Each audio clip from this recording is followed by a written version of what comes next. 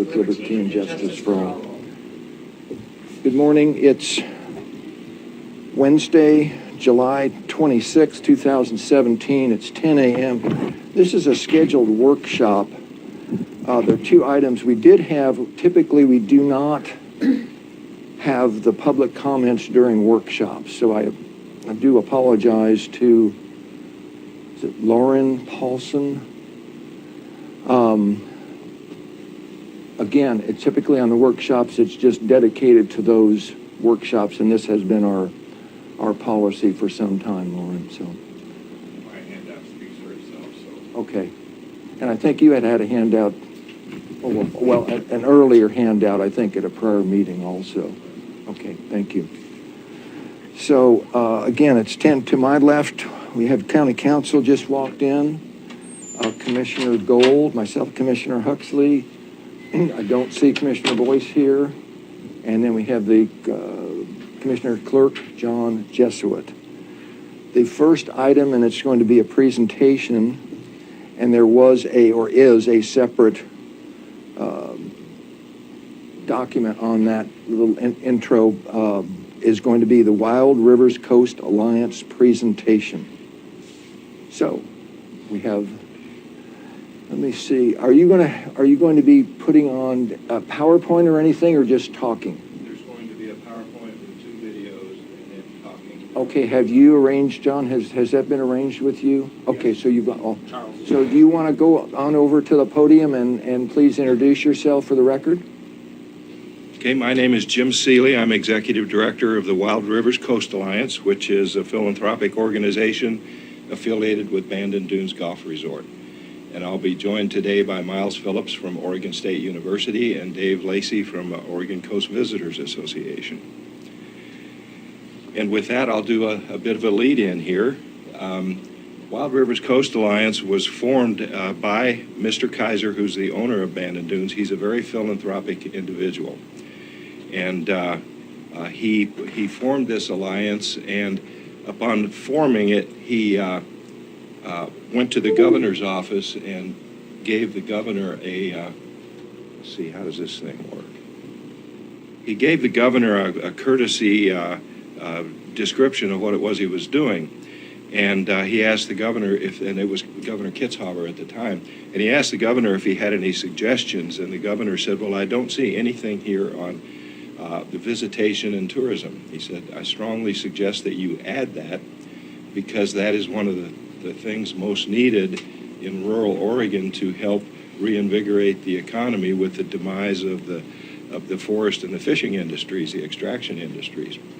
And so one of the first missions that I got from Mike was to put in a part on what we call outdoor recreation and tourism. But it fits with our major initiative, which is to support economic development and ecological enhancement through fostering local, sustainable businesses and nonprofits. And then we've learned to increase positive local benefits of visitors by expanding year-round visitor and tourism experiences on the South Coast, aimed at increasing visitor spend. And that's the purpose of what we're doing. And just a little bit of a story. I got involved with Wild Rivers Coast Alliance because I had the good fortune to work with Mr. Kaiser on launching Bandon Dunes Golf Resort. And I kind of like to say that I spent 13 years helping him make money, and I've had the pleasure of spending the last 5.5 years helping him give it away.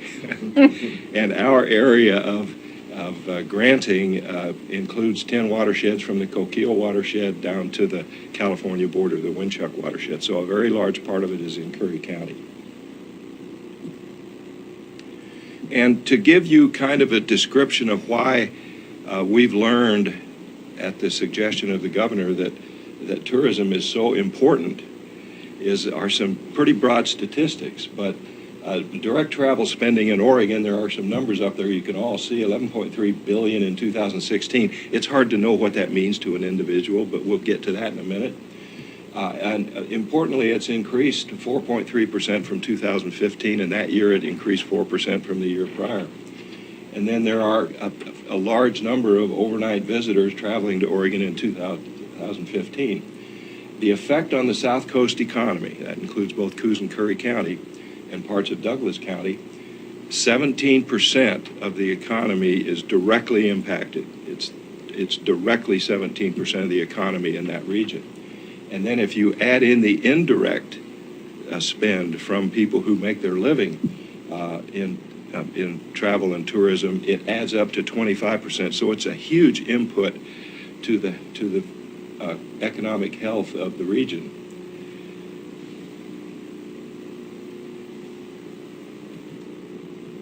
For some reason or other, there we go. That's a weird mouse from what I hear. Yeah, I can tell that. You know, I like to refer to myself as the generalist in our organization. I have a couple of staffers who are not with me today who are the technicians, but fortunately, turns out there are a number of technicians in the audience. So here are some statistics that really sang a song to me when I began to really look into this. And this is the Coos County average spend per person that visits the Oregon coast. And you'll notice that in Coos and Curry County, the spend is significantly less than the spend per visitor in the Oregon coast region and the state average. And, you know, I kind of have learned to look upon that as an opportunity indicator that if done well, if tourism and outdoor recreation are done really well, we can incent people to want to spend more of their leisure time money here. But then there's another one that really hits home to me, and we will figure this out. And this is the high economic contribution of visitor spending per capita in Coos and Curry County. How many residents of Coos and Curry County do we have in this room? Okay, so this is impacting you folks. In Oregon, the spend per traveler is a little over $2,000. In Curry County, it's over $4,500 per citizen. So that means that the spend from travelers in Curry County is more than twice as big as the spend in the rest of Oregon per inhabitant. So I think these two statistics kind of make a case for why it's so important here. And so what do we refer to when we talk about the South Coast region? And here's a map, and it typically shows the counties, and Coos Bay, Curry County, Josephine, and Douglas County. And our particular region, WRCA, is concentrated in Coos and Curry County, where we do most of our granting work. But we've learned in talking about tourism and outdoor recreation, this is what the traveler sees. The traveler doesn't see county demarcations. What they see is the Oregon coastal range and how they get to our region. And the way to get to our region, if you don't take into account the airport in Coos Bend, North Bay, which accounts for a very small percent of the visitation to our area, you see that there are really limited numbers of way in here. Route 38 over to Reedsport from the I-5 corridor, Route 42 through Myrtle Point, Coquille, and then into Bandon, which is the southern part of that little X there. We didn't put the city of Bandon on this map. And then I-99 from the I-5 down to Crescent City, and then where the major visitation comes from is north through Brookings or south through Reedsport to get into our region.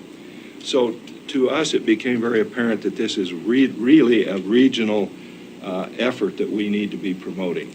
And while we see that the individual cities make their own effort to promote tourism, we think that our effort in this is to try to create a bigger pie by encouraging more people to want to come to the South Coast region, and then the individual pockets of businesses and communities that depend upon visitation have a bigger piece of the pie to go after. And so our concentration has been predominantly regional in nature. And when we talk to people about, we like to use the term visitation, we find that there's a lot of built-in pushback against the concept of tourism because some people think, they moved here to get away from lots of people. But travel And outdoor recreation involve a lot more than just tourists. They involve friends and family, and they involve business visitors.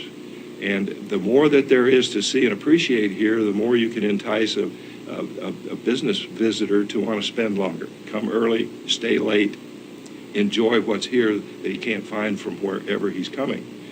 And the same with friends and families. That some friends and families stay in a home, some stay in hotels. But the more we can offer in this region to cause them to want to spend more time, as long as they're welcomed by the family, then we can really help pick up that spend per visitor that we've been talking about. And so that really has been the thrust of what we're trying to do. And there are a lot of things happening right now in our region that I wanted to quickly bring you update on. First of all, the Wild Rivers Coast Rural Tourism Studio was completed last year, and the workforces, the work groups that came out of that are still very actively engaged in promoting outdoor recreation on the Wild Rivers Coast region. And then Coos County Tourism Work Group has just kicked off. It's kind of an evolution from that failed transient lodging tax that Coos County tried to put through, and I understand Curry County tried a similar move, and the taxpayers voted it down. And we recognize, and part of the reason why it's important for Bandon Dunes to be involved, of all the lodging entities in unincorporated Coos County, Bandon Dune is by far the largest. It minimizes in comparison all the other lodging efforts. And so our owner, the very philanthropic Mike Kaiser, came to us and said, is there some way that we can cause the county to not feel like they have to go back after that transient lodging tax again? Because they were gearing up to go back and put it in for another 10%, and they had figured out why it got voted down, that the fact that it was a presidential election that year, the ability to get it back on the ballot and have it pass was really very good. And so we did some mathematics, and the law requires that there be a 70-30 split on a TLT. It has to be 70% tourism promotion and 30% to the general fund. And we did some calculations and said if we could bring Bandon Dunes on and have it be the one paying the replacement for the TLT and reversed the payout, 70% to the general fund and 30% to tourism promotion, that with a 6% add on to our guests, we could get the same amount of money for Curry County that they would have gotten with that 10% applying to every lodging association in the county. And so we did that through a memorandum of agreement, which is a contract between the county and Bandon Dunes, and it went into effect January 1st of this year, and we're very involved in that tourism work group being put together now. And of significance on that, while it's a Curry County initiative, they recognize, the county does, and the people involved in this, the regional nature of the tourism promotion challenge. And so while the board of directors are Coos County citizens, we have ex officio members. Two of them are here today, Miles Phillips from Oregon State and Dave Lacey, who lives in Curry County. And we have two more ex officio positions that are open for that board of directors, one from Curry County and one from Douglas County.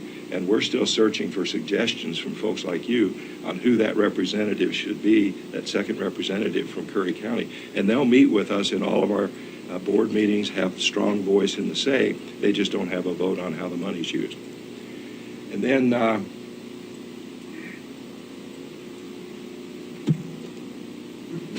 the Oregon Coast Visitors Association South Coast Destination Coordinator.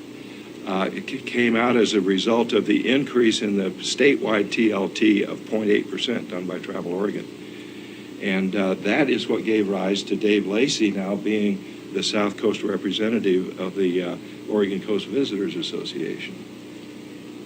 And he's been serving in that position now for what, Dave? 1 year.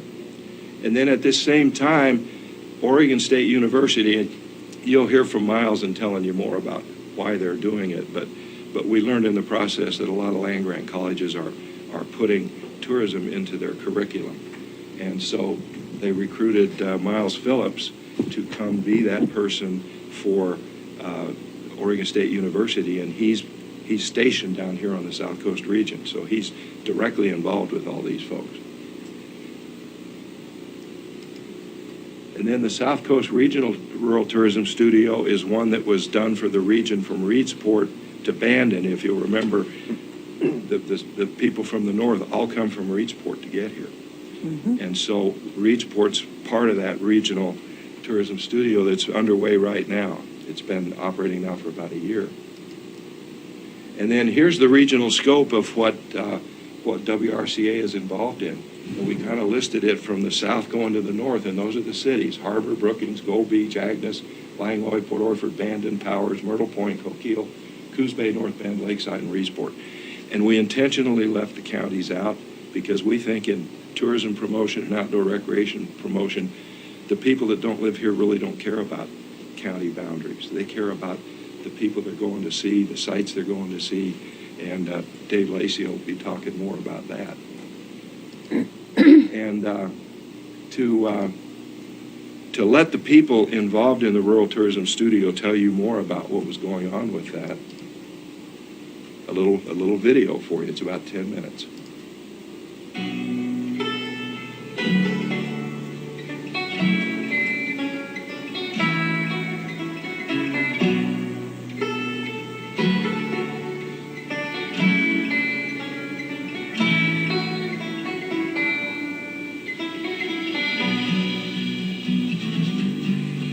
One of the things our entire region is that we embrace who we are, and I think that's what unifies us. Once the timber and fishing industries collapsed, it took us a long time to get back on our feet. The idea that once these jobs left, they weren't going to get other family wage jobs. That's our system. And it crippled us. That's our system, isn't it? Things were getting really dire. So we just thought that this was an opportunity to maybe look at that public land a little differently and how it could bring more dollars into our region. The Wild Rivers Coast is so unique because there are more wild and scenic rivers here than anywhere else in the lower 48 states. The scenic beauty is just amazing. Many different places to go, from the national forest down to the protected ocean, and it's just a really special place. I guess I didn't really know how special it was, though, until I moved away to Portland and came back and saw all the potential here. We're uncrowded, we're unspoiled, and we're a little difficult to get to, but my God, once you come here, you fall in love. We just thought if we could pull people to come into this wild and explore a little farther into our backcountry, there was a lot of opportunities for them to experience. I think our whole future is at stake here.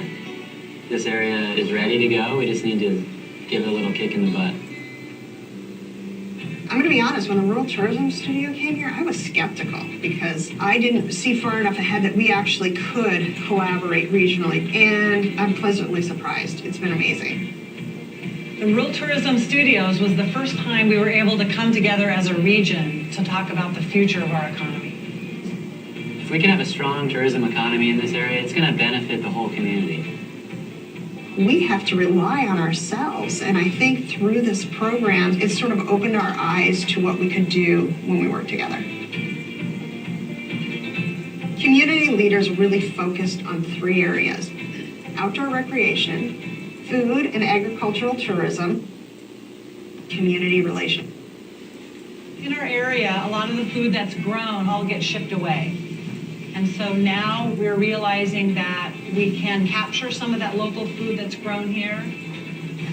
The Eat Fresh and Local Action Team has hosted a series of networking events bringing together the area growers with the area vendors so that we could have more local food available to the visitors to our area.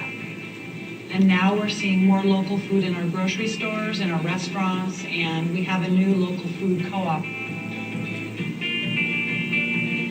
We created a farm trail from Bandon to Port Orford. We did 9 U-Pick farms, and it just gained traction, and people loved it.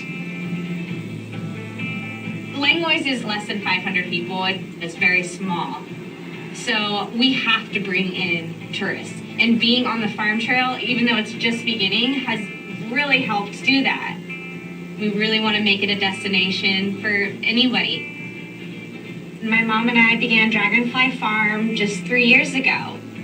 When I found out that I could grow a seed and turn that, oh my gosh, why wouldn't you do this? I just quit my day job and I just signed the paper to be an official co-owner of the farm. This is what I want to do for the rest of my life and grow with the community. Out of the Outdoor Recreation Action Team, a series of maps that show places to go recreate are. We know where we're going to send people now, and we got a great map that shows all the best places to go see. For us to get a mapping project done to this extent is pretty impressive. We're patting ourselves on the back. I don't know if anybody else is, but we're doing it. From that, we decided that there was some places that needed help, so we came up with a mountain bike plan, and we also worked on designating a state scenic bikeway. The outdoor, so looking at how we can make scuba diving better in this area. So we came up with the idea for a scuba fill station. So now people that want to come and dive in this area, they can dive for multiple days. Up again. When I started the Rural Tourism Studio, my business with South Coast Tours was really small. And now we've grown to about 5 or 6 guides, and we're doing tours all over from Brookings all the way up to Coos Bay.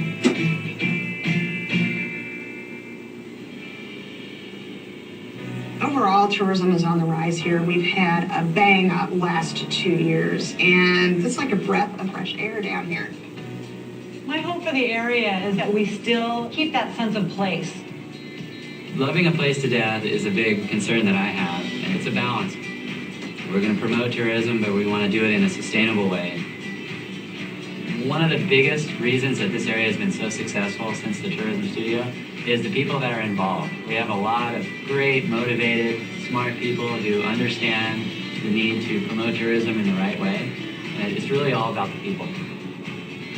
When you live in a rural community like we do, from Bandon down to Brookings, and you're strapped for cash, relationships are crucial. As a community, I think you need to come together and find out what your mission and goals are collectively. Then you can work into smaller groups, knowing that you have the backing of the whole community behind you. As long as everybody's just super excited about it and passionate about what they're doing and they can work together, then anything's possible. Own what you have and don't try to be something that you're not. It's going to be hard. It's going to take a long time. So roll up your sleeves and just dig in with an open mind.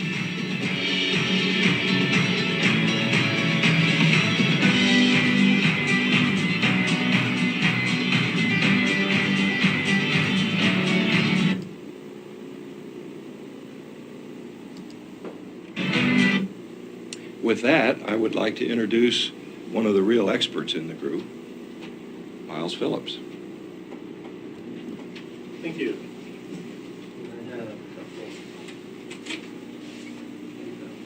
Farm trail, in case anyone wants to have a copy of the farm trail rack card I can hand out afterwards or pass one around. Sure. And then I did a little piece on the new effort in tourism from OSU Extension when it started last year. So I've been here 1 year now, kind of in response. Actually, there's more. So there's more for anyone else that wants. So what I'd like to do is really just let you know about the assistance available from OSU Extension. And County Extension has always been there to be in the community and help the community with issues that they identify. And this opportunity for new economic development growth through visitor businesses, tourism, outdoor recreation is one that was identified as a need, and in that way created the opportunity for this position. So I started last fall in this area. I came from doing this work in different coastal communities. I started on the wrong coast, the East Coast, and went to the third coast, which is the Gulf Coast in Texas. I spent the last 15 years there and finally got to the West Coast. And so really, really thrilled. It's fantastic here. People have been fantastic. And the energy here around looking at how to utilize the forests and the marine resources in combination with the traditional uses, but looking at how to share that story through tourism and visitation is phenomenal here. There's opportunities here now that I don't think, from my understanding, were here just a couple of years ago. And so with that in mind, we have put together a program, the services I offer, based on some of the background I have. A little bit I shared with you, but I was most 15 years in Texas, running as the Associate Department Head of Extension for Texas A&M University Extension, working with our wildlife extension, working with our coastal marine folks in Sea Grant, supporting youth programs, tourism, growth planning, parks, and so on.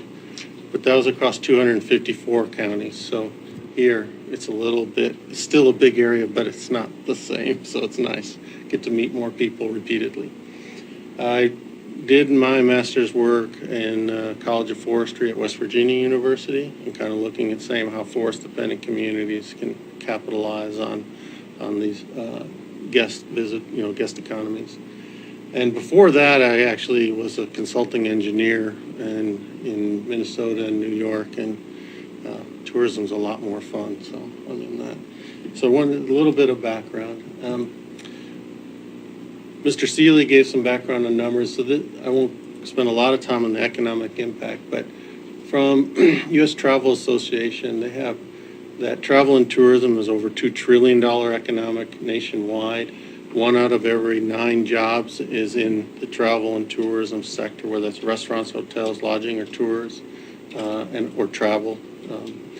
And one thing I find interesting is that without the the federal tax revenue from travelers, we'd all have to spend an extra $1,147 if we wanted the same services. So in that way, kind of like Mr. Seeley showed, there's individual benefits from this general economic activity. We showed these now, $11.3 billion of growth spending last year. This is a 6th, actually, I think 7th year coming up of growth. So we're in a period of economic growth within the travel and tourism industry. In terms of individual jobs, again, from the Dean Runyon study that Travel Oregon does, they list approximately 105,000 jobs in Oregon, with the secondary impact, like services that support those, another 54,000 jobs. And just to get a sense that, yes, we know there are a lot of opportunities, great opportunities to get high school or entry-level jobs, but there's growth opportunities for careers within this. And from a quick look of some openings in Oregon, job openings for hotel managers, found that roughly most of those were offering around $100,000 a year. So there are opportunities for good income wages in these professions. This is just kind of quick quiz, what we just heard. I use this, but we know about 105,000 jobs total of all kinds, from the managers to the service to accountants to marketing. And what I want to highlight here is just some of the recent successes that I've had a blessing to jump in and be a small part of.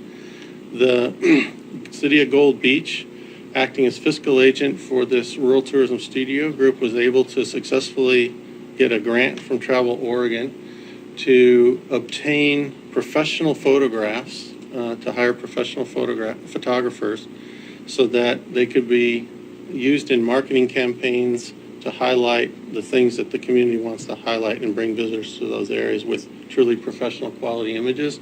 So these are early photos. The final drafts aren't in, but I had 5 photos that were submitted. Photographers just made 2 trips recently, and we've got some out. Actually, they finished up yesterday, the second set of photographers. So there will be hundreds of photos now available to Gold Beach and in each community or destination management organization that uses that TLT tax to use for free in marketing the area. And here's just a few: the scenic bikeway, fishing, local brewery, more biking, mountain biking this time instead of road biking, kayaking activities. And I mean, pictures like this, they actually, on this screen, they're not as looking quite as good as they do on a smaller screen. So wanted to let everyone know there's already been some great success, and thank Jody Fritz here in Gold Beach for the work she did there. My role is helping really to, like Extension and other programs, whether it's with forestry or ag, it's to help bring the most recent information and best practices to people who want to do business, whether it's the community looking at how they expand economic development, or whether it's individual businesses that want to know how they can expand their market, their value, their pricing, or landowners, whether they're timber or ranch or farmers, how they can capitalize on guest businesses to supplement or take over. So I've worked with a lot of landowners, and that was primarily what I did, private landowners in Texas and South Carolina, and helping them make money off this. Some from people who just want to be only limited in value or in time, they only want to do a little bit, make, $5-10 grand for Christmas money, or people that have multi-million-dollar businesses off these guest operations. And one of the key things for these landowners to realize is, as opposed to traditional uses of land where it's a per acre revenue model, so how many how many cows per acre can you raise, how many board feet of timber can you raise per acre generally, tourism or guest businesses are not necessarily working on that model. So you have a 1,000-acre property, your guests may only utilize 50 acres of that. And for instance, one ranch I worked with, 3,000 acres, they use about 60 acres, make, I don't know the actual revenue, but they get 300,000 visitors a year. They only on that 60 acres. The rest of the land is kept totally private for the family and for other business operations. So there's opportunities that when the county thinks about county lands too, there's ways to think about that. I am here to help with business training and with community training and to do applied research. So when there's questions about what will really work, what the market for something is, we can help do that. I can pull in other researchers through the university system, other universities, and we can help answer questions that maybe need to be answered locally. And with that work, there's been success. And so from Texas, I have a video from some communities of them telling their own story. I'd like to show a part of this. Some others are available. I'm going to have to start it and then fast forward because it's 11 minutes, but I just want to highlight one community in particular here. Is my mouse awake? It's just very slow, so the slower you go, the better. I think it works. There's no hurry in curry. I heard that once. Okay, let's do it this way. And I'm going to go over to the computer.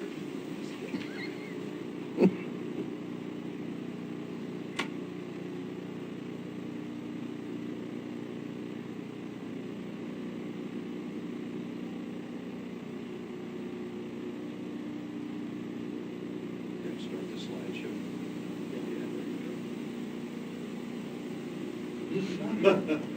Well,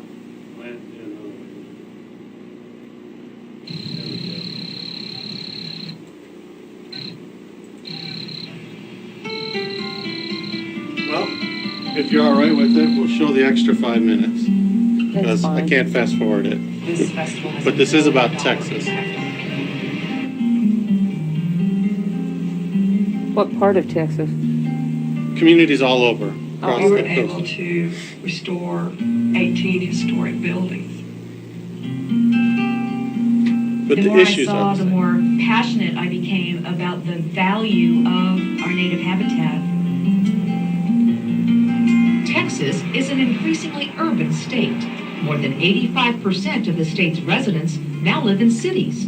This explains why rural areas are becoming more popular as getaway destinations. In Texas, 19 million urban dwellers are seeking escape and relaxation away from the city.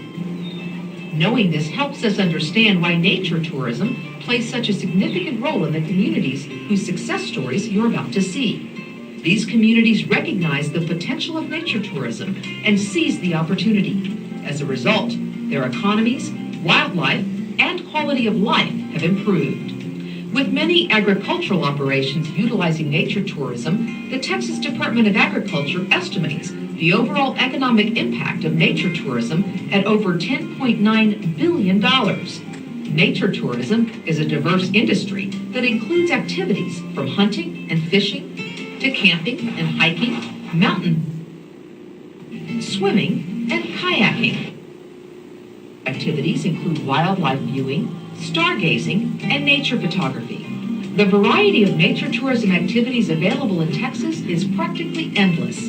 Not every community will follow the same path, but the following stories will give you a glimpse into some of our state's most successful nature tourism enterprises. My predecessor had identified 3 potential markets for Harlingen, and they were hunting and fishing, golf, and birding. So I thought, okay, birding, don't know anything about it, but let's try it out. And after a while, kind of settled on trying a birding festival. And so the Rio Grande Valley Birding Festival actually immediately became a huge success, in large part, of course, because this area has the birds. We have 510 recorded species of birds just in this little area that's about 250 miles wide, about 60 miles deep. That's that's more than most entire states have. The number of birders, though, is huge, and they leave behind $1 billion. That's why we've got the business community on our side, and that's why the Chamber of Commerce is involved, and the government officials understand the value, both economic and quality of life, of having areas for birders. And birders, of course, more and more include the local people. And we've got a lot of people who come from other countries here to go birding, Canada and even overseas. Fortunately for us, this is also a super area for nature photography. We have several ranches in the area that have designed and implemented photo blinds specifically for nature photographers, which they then rent out. So it's another way that they can be making money off of their property.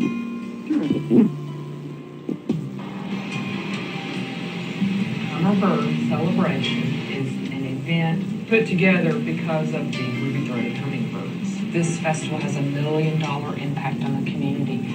Our budget for this, which is pretty much a break-even budget, is around $38,000 to $40,000. It's kind of unique for a Chamber of Commerce to put on an event where we're going to tell people about preservation and nature tourism. It wasn't hard for us to do, but it was a different twist. Most chambers are interested in economic development, growth, and jobs.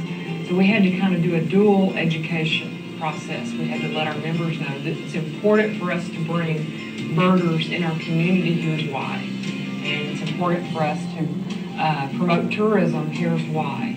And then at the same time, we had to tell them, put out your feeders, plant the right plant. Well, I think we taught people that events don't have to be like festivals where you have a tent. We told them that an event could be educational and they can learn something. An experience that involves learning, I think, is what people were after with this topic. You know, come to birdwatch in our area and at the same time expand your knowledge of not only hummingbirds but all birds. We have the celebration of whooping cranes and other birds here, but our birding center is actually in conjunction with the wastewater treatment plant, and we have the boardwalk out there. And so, you know, it used to be we're going hunting or we're going fishing. You know, you went hunting in the winter and fishing in the summer.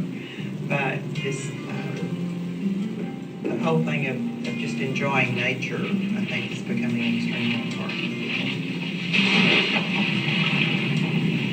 This movement began the way that all real things do, desperation. It began because you had a community whose very existence was threatened, and you had a community of people whose way of life was threatened, where they'd lost half their population, 75% of the tax base, half of Main Street was boarded up, and that was just one community in Great Plains.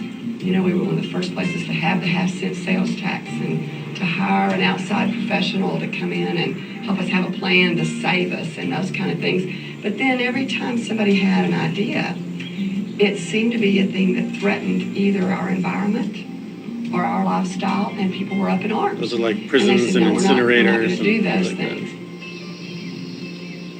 Let me just give you some highlights of our program. We have programs that are known kind of nationwide, like the Lesser Prairie Chicken weekends that we do in the spring. For 6 weeks in the spring, we bring in groups that we take out on lake sites to see what we call the booming. It's actually of the Lesser Prairie chickens. We bring those folks in every day for 6 weeks. They come from urban areas. They pay for a weekend stay here, and they go home a convert. That's one of our hallmarks. From that, it goes to, in the summer, we do an adventure series where we bring folks out once a week into nature, also in small groups, but a little bit larger. The lake sites, we only take 8 people. These groups, we bring out groups of about 25, and they get to ride on a wagon, and they go down to the river, and they get to find out how a windmill works and who lives in the windmill pond, and they get to actually swim in a slough where they didn't know what a slough was before, and they find out about the 6 kinds of turtles that live in this world. Those are really simple activities based entirely on that natural experience. In a few years' time, we were able to restore 18 historic buildings and have new businesses in those historic buildings, and to see 200 new jobs that we developed exclusively through tourism, and then 200 new jobs that came to us because when those companies had a chance to base somewhere in the region, they said, this is the community that our employees want to live in because of what they're doing. And so then it became 400 new jobs. And we began to see a hotel motel tax that increased by 100% every year for 3 years. And we began to see a sales tax that We don't have that here, but grew about 20%. But it's every retail year business and growth. continues to grow about 20% every year, which means that now it's 100% more than it was before. And we were able to see, not only were we able to keep those assets that we so badly wanted to hold on to that were so unique for a small town, to actually have a first-run theater in a small community like ours. We were able to go to a place with 8 world-class restaurants that we get to enjoy 365 days a year, whether we have any guests here or not. And we were able to see more financing for our schools, for our improvements in our infrastructure in our community. They didn't impact our everyday life. We weren't overrun with strangers. And then best of all, they spent their money and they went home. And we still got to keep all this wonderful stuff. So there's just a little bit more that kind of more, but I'll pause it there. There's more videos if people are interested, but wanted to highlight that because it just shows some of the communities we've worked with in the past. Some things transfer, some don't. The big thing I'll say for me before I introduce Dave Lacey is that Oregon Coast has some phenomenal resources that these areas didn't have. And one example I'll give you, I hosted a group coming to one of the properties that I was working with.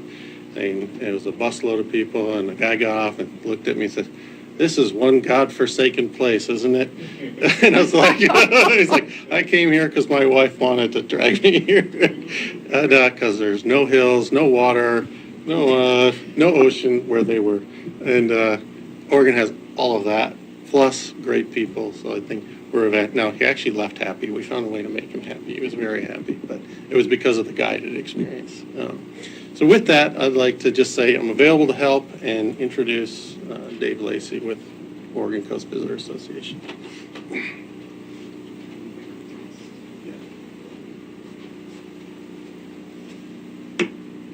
Hello, Commissioners. Thanks for having us here today to talk about tourism. Yeah. So you're Oregon Coast Visitors Association, good. Yep. And I'm Dave Lacey. I've lived here going on 23 years now, and I've sort of watched this community evolve over many years of living here and playing here and raising my family here. And I think one of the things I like to talk about with tourism and our visitation, as some of us like to call it, is it's not going to completely replace our economy. It's not like visitation is going to replace timber and fishing necessarily, but what it does is it diversifies our economy, and I think that's a really good thing. And what that lady said, I thought was kind of funny, is we get to take advantage of all these tourists coming here, spending their money and helping us develop more infrastructure, and then they go home, and then we have this place to ourselves. I thought that was funny. So this is a little bit of background on the Visitors Association. So what we are, I'll try and go quickly through these boring stuff, but we're a public relations, destination development, promotion, marketing entity. We cover the entire Oregon coast, so 363 miles in all 7 counties.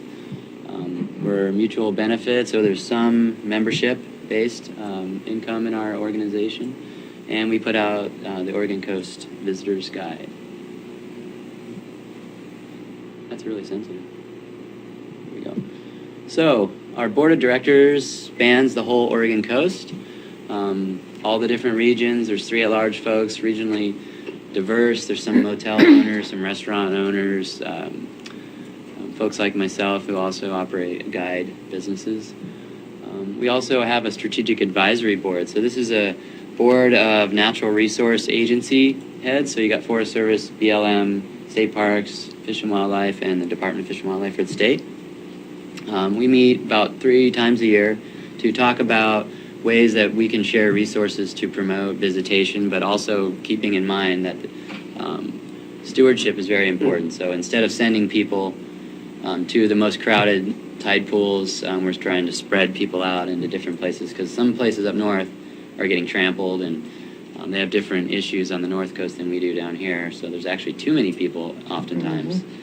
So spreading the impact of the visitation across a broader area to make it more healthy. We have membership, so a lot of chambers of commerce are members, visitor centers. In some cases, the cities are the direct marketing organizations now, so they're partnering with us, as well as lots of tourism businesses. Down here, your board members are Gary Milliman from the city of Brookings and Nick McNair from Jerry's Jet Boat. So those are the 2 South Coast positions. So we have a lot of contacts and connections with the different tourism and trade media, and we're very close partners with Travel Oregon.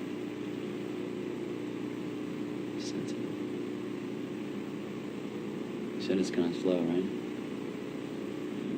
So if you're not familiar with how the TLT process works, there's a tax of 100 or 1.8% through all RV parks, motels, campgrounds. That goes to the Tourism Commission in Travel Oregon, and then they take that money and spread it out to all 7 regions. So we're the coastal region, so we get a certain percentage of all the TLT monies. You're worse than I was. I'm rolling it. I don't know. Thank you. So if you want to be a member of OCVA, which is the short way of saying Oregon Coast Visitors Association, you get accentuated listings on our website. You also get these hot leads. So when people come to the Visitors Association, they want to learn more about the Oregon coast.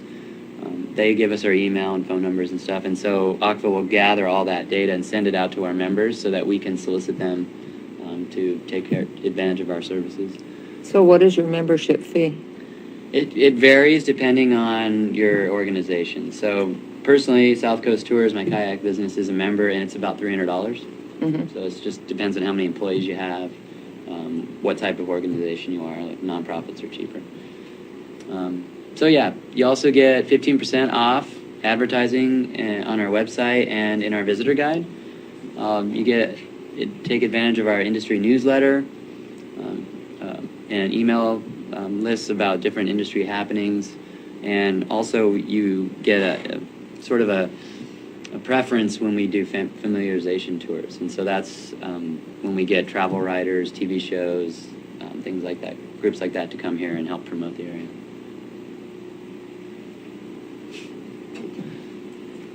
Sorry. So our goal is to increase destination spending on the Oregon coast, and especially so in the shoulder season. So when a lot of the kids go back to school, tourism sort of drops. So getting the shoulder season, what we call it, is September, October, kind of even into November, March and April. So before the main season kicks off, we want to try and bring more people in those shoulder times. And let's see, we really want to partner with all the tourism industry. So we want to be very aligned with Travel Oregon, our local direct management marketing organizations, and business owners. So we're trying to be seamless in that partnership. Yeah, sorry, Mom. Oh, maybe I just needed to move it. You gotta wake it up, okay. So just some stats. Jim and Miles talked a little bit about this. We all know Oregon's popular. People want to move here. Tourism's on the rise. All these different jobs, 105,000. But this is why they come here. The total participants per activity. This is I think they've just updated this study, but you look at 1,700,000 participants come here to do wildlife viewing. It's a really big segment of why people come to the Oregon coast especially. It actually is more than fishing, hunting, and shellfishing combined. Just real quick on this graph, I want to point out leisure and hospitality. So this is Coos, Curry, and Douglas counties, and leisure and hospitality is right in the middle here. I guess you guys can't see it over there, but it's the one that the purple bar is so much higher. That means there's way more jobs in that industry than the other in Curry County than there is in our two neighboring counties. So it's just a very important segment of who is employed in this industry down here.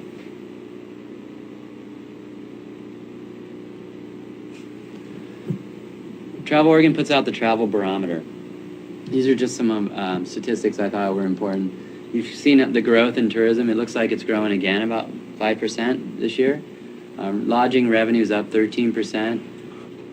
A lot of visitors are flying into Oregon, and in fact, one of the cool initiatives we're trying to do with the Oregon Coast Visitors Association right now is fly into Coos Bay, North Bend, rent a car, drive down, and fly out of Crescent City. That's going to be a new sort of initiative we're doing. We've got some travel writers come to experience that in the fall.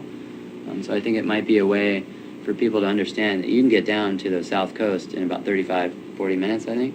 So are you setting up special deals for these folks? Yep, we have That's good. Penn Air has given us free plane tickets. We're paying for shuttling, and then we're coming up with an itinerary for them. So we're going to get them at the airport. We're going to show them everything between North Bend and Crescent City, and then they're going to fly back, and then they're going to write about it. It'll be like, I think it's 10 writers in all different types of magazines, so it's coming up. So I think that's an underutilized way to get here. And it's a lot faster than driving 5.5 hours, because we hear that all the time. We're too far away from Portland. So this may help people want to do this more often. Again, you see the increases in tourism. I don't need to talk about that too much. Whoa.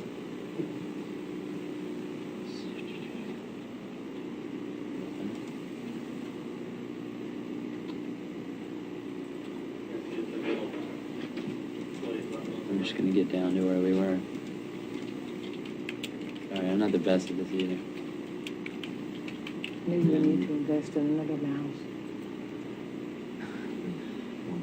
So, my work plan. I started last year.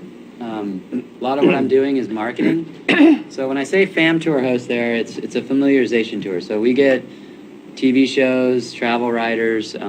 They come down here. I actually get to take them around and show them all the fun stuff and connect them with different outfitters and take them to the restaurants and then leave them at the motel, tired and exhausted, and then I pick them up the next day and we go do all this stuff again. So it's a really fun part of my job. I really like it.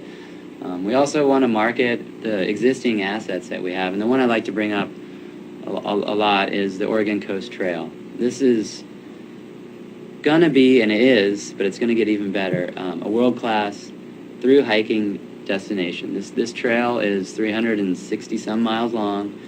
It's not complete, really. I mean, there's places where you're walking along Highway 101.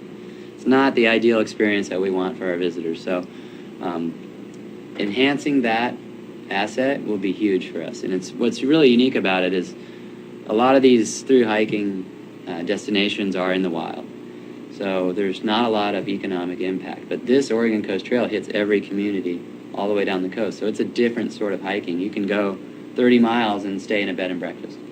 You can camp halfway through, but then stay in a motel the next night. So you got a nice variety, and you're spending money. You don't have to have as big of a pack because you can eat out. It's really So is this utilized more and more, or? yeah, and especially this year when we had so much snow. Right now you can't go through the southern section of the Pacific Coast Trail. So I don't know if you've noticed, but there's been a lot more people walking with backpacks on Highway 101, and it's an actual visible increase. Also, the Wild Rivers Coast Scenic Bikeway, that was something that came out of our rural tourism studio. You guys saw it earlier. Finding ways to promote that. It's an existing asset, and stewarding it. I happen to be the proponent for that, so I have to go and make sure that the signs are all up. And if they're not, I reach out to state parks and we get new signs put up there.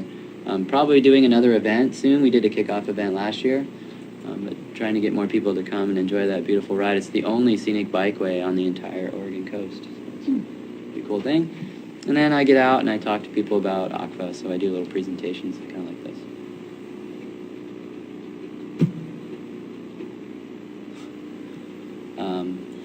I did miss one. Collaboration. So I'll go back to that. This has been a huge part of my job, and it kind of drives me crazy a little bit because we have so many meetings. There's so many groups working on tourism, and Miles knows about this and Jim knows about this. We are always meeting with these little groups about ways that we can work together to promote tourism. There's the Wild Rivers Coast Action Teams, the COOS, what they're calling South Coast Action Teams. There's the International Mountain Biking Chapter down here in the Wild Rivers Coast. They're super motivated to do a lot of good work, so I try and work with them when I can. Our Strategic Advisory Board, a good group. People's Coast Summit, that's coming up in Gold Beach at the Curry County Fairgrounds in October. This is going to be a great opportunity to learn more about tourism, to bring hundreds of people into Gold Beach in a time when we need the income. We'll fill up all the motels for that, and hopefully employ some caterers and some local entertainment. There's going to be a presentation on birding and economic impacts of birding, and also a field trip to go birding, and then we're going to take a ride on Jerry's jet boats.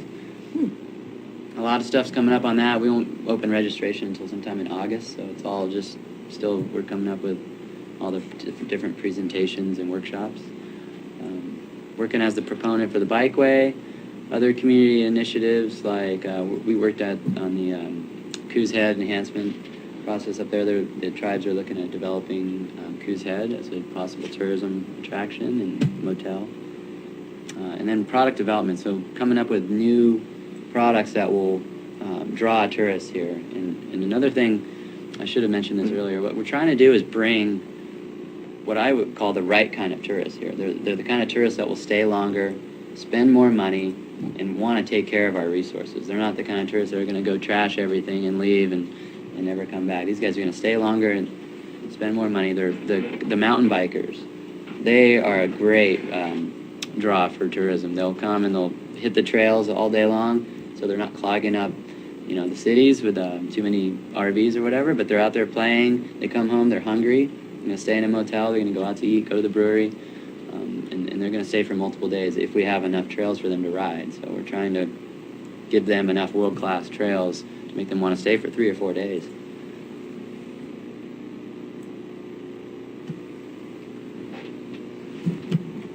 I think you just need to tap it.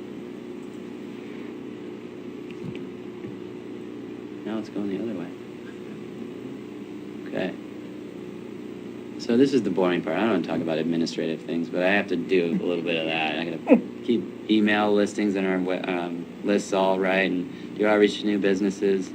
And hopefully we're going to have a rare intern help with all of this stuff, and they won't start until September. But we are getting a rare intern down here, and they're going to help us get all these businesses into the Travel Oregon and Aqua listservs, and so that they're more easily accessible. So that's going to be nice to have some help with that. This thing is so sensitive. So some of the projects I just like to touch base our highlight real quick. We are working with the city of Brookings to, this top left corner picture is a picture of a bike park. So we're working with the city of Brookings to come up with a small grant for around $20,000 to do a feasibility and design project to come up with something like that for the city of Brookings. These are bike parks to build, they build skills. They get new riders excited about mountain biking by having all the little tricks and different ability levels inside the bike park. And this is a way to get new kids stoked on riding, and also provide a place for tourists to come and play while they're here visiting. So that's coming up in August. We'll be submitting that grant. And then hopefully if we get it, we'll come up with a good design that's replicable. So we can do these in all the communities that want them on the South Coast. They actually are a tourism draw. And then on the right is a new kind of mountain bike trail. It's a little, just a highlight of one of the cool things that are on these new kinds of trails. And right now up in Coos Bay, they're actually digging a flow trail. They call them flow trails because there's less just climbing and downhill. It's more kind of up and down to the point where you're not even pedaling as much as it used to be. You used to go mountain bike on hiking trails. It was kind of boring. Sometimes you're just going straight up, straight down. Well, these new trails incorporate things like that. Fun little scenarios that it's mountain bike specific. It's difficult. It's exciting when you're on it. It's not just dirt. You're on. There's some rock. There's some wood. A lot of jumps and bank turns, and it's really fun. So that's happening right now in Coos County forest lands. And there's a little different situation in Coos County. They have a lot of timberlands. As opposed to Curry County, we don't really have any, or very little. But there could be a partnership potential with Curry County lands too. I think there's an area here to work together. And the bottom left is just an example of water trail guidebooks. And so the Oregon Coast Visitors Association has funding to hire a coordinator and a planner to come up with a similar sort of initiative between Reedsport and Brookings. So we want to come up with not quite as extensive as this, but guidebooks, or guide brochures for all the water trails. So the Rogue, the Chetco, Rogue, Coquille and Coos and Umpqua rivers. And also we're going to put a little more emphasis on the Coquille. That's for developing infrastructure. We want to have a 3 or 4 day long paddle from Myrtle Grove up above Myrtle Point all the way down to the city of Bandon. So it's going to be exciting. Working with landowners on different types of lodging potential there so that they can take advantage of the paddlers coming through and make a little money. So that's a few things that we're doing.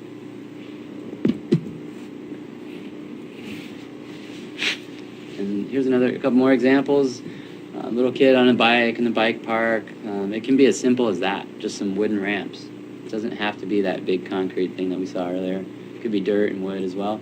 To the left of that is the scuba fill station that came out of the Wild Rivers Coast RTS. We're starting to promote that more. They've seen an increase in tank fills every year since that thing started, I think a couple years ago. So that's on the rise. Where's that located? It's in Port Orford at the OSU field station. Okay. We got another grant with Travel Oregon to develop diver infrastructure access.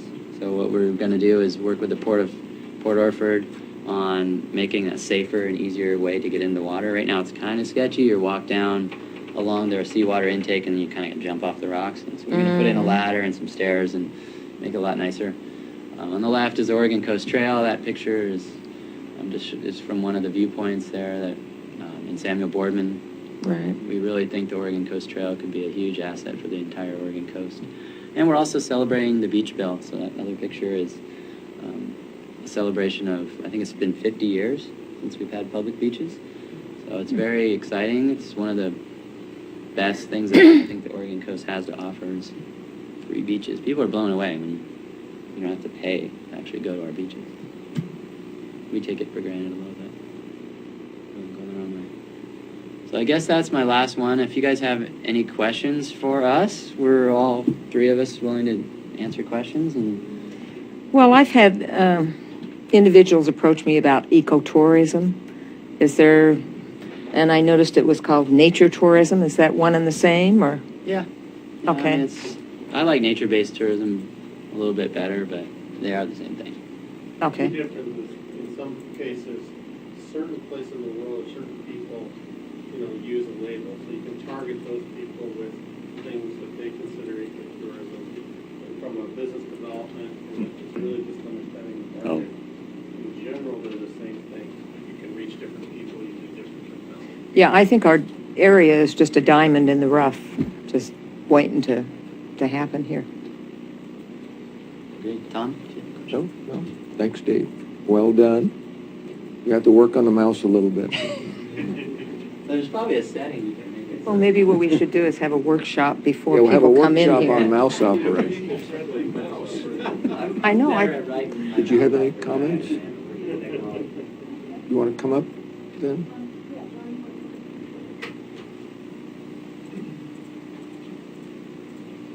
I just wanted to share with the board that, you met back in April, and we talked about economic development, and we kind of walked through. Want to identify yourself? I'm Carolyn Johnson. I'm your community development director. We walked through a series of things that we were going to be looking to do in this coming year, and this presentation today is kind of a culmination of some of that work. We wanted these folks to come and give this presentation. I sit on one of your working groups. I was invited to do that. It's great. It's very inspirational. There's a lot going on in this area. And as you know, we've hired SCDC as a contractor to work with us as well. And I was hoping John could say a few words about some of their efforts and things that they're working on with us to do. So I'm really looking forward to our continued collaboration, and we'll be talking more for sure. I think it's really great that we're working together, because I think we can accomplish a whole lot more than just say an individual here at Curry County doing it. It works better to have Oh, yeah. I mean, collaborative. you've got some real talent, and this is an amazing opportunity. And we are very limited in our resources in-house. So I like to think of these folks as extensions of our staff and working for you, the county. So. I think it's a great idea to utilize them. John, did you have any comments? John Hitt, South Coast Development Council. Commissioners, thank you, and I'll make it really super brief. We service, as you know, from Brookings to Florence, a little bit outside of the area, slightly outside of the area we've been talking about. Florence, wonderful beachfront or near beachfront community, and it's really not their fault they're in Lane County. So a little humor there, but in any event, my predecessor, Connie Stouffer, was, along with several other folks that are here in the room today, co-sponsors of the original or the Rural Tourism Studios, which kind of had the study groups, work groups up and down the South Coast area to kind of kickstart or re-kickstart some of these tourism efforts. We don't, unlike Dave and unlike Miles and several others, like people like Jody here in Gold Beach, we're not on the ground. We're not here to actually directly promote tourism. But one of the things we do try to focus on is supporting those efforts. We agree totally that it's an important element of the economy.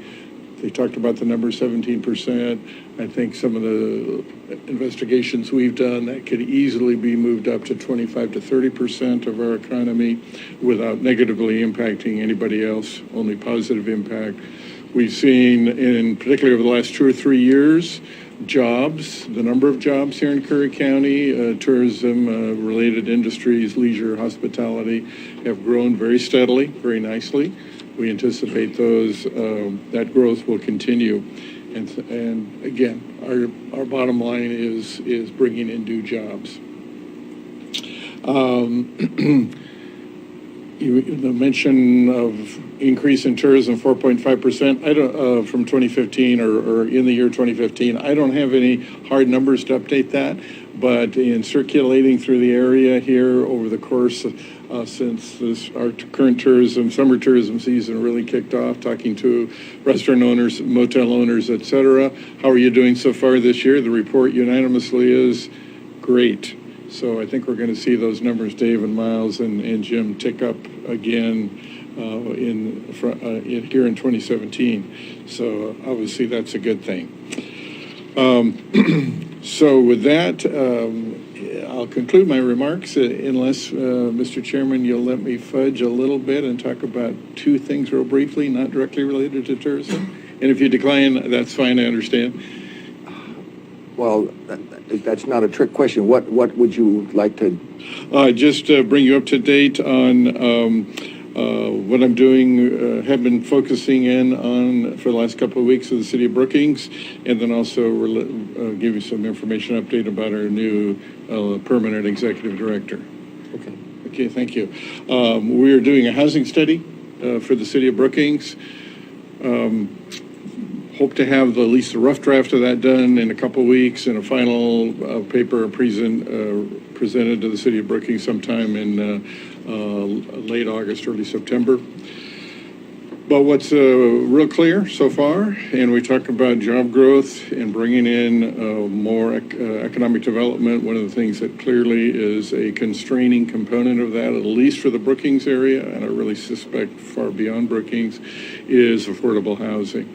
So that is something that if we want to see that kind of job growth in this industry and other sectors, we need to take a close look at that issue. It's already constraining some of the larger employers in the area, having trouble hiring folks from outside the area, with skills and talents that they can't find locally to bring them in. A lot of people are turning them down, saying, I'd love to come to work for your company, but I can't afford a house here, or rather to rent or to buy. So I know the schools have had a problem. Yes, We've had teachers not be able to come because of that.